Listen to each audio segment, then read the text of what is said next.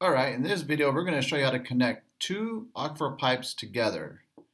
Now if you see this long run here, well right here is the actual coupler. This is what actually joins the two of them together. Now this is a coupler. When it's not glued in, this is what it looks like. Now what we want to do is we want to get these pipes to go right center. So we want this much to be from one pipe and this much to be from the other pipe. So we don't want it to be too much on one end or too much on the other. We want it to be just right in the center of this coupler. So the first thing that we do is we lay both pipes together and then we put the coupler right on top of it. We just lay it on top and then we use a Sharpie to mark on one side and then we use a Sharpie to mark on the other side. And now what we do is we glue it. Now you want to glue all the way around it.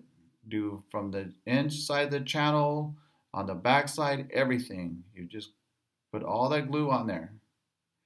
And then you slide the coupler on and you go all the way until you get to where the Sharpie mark is.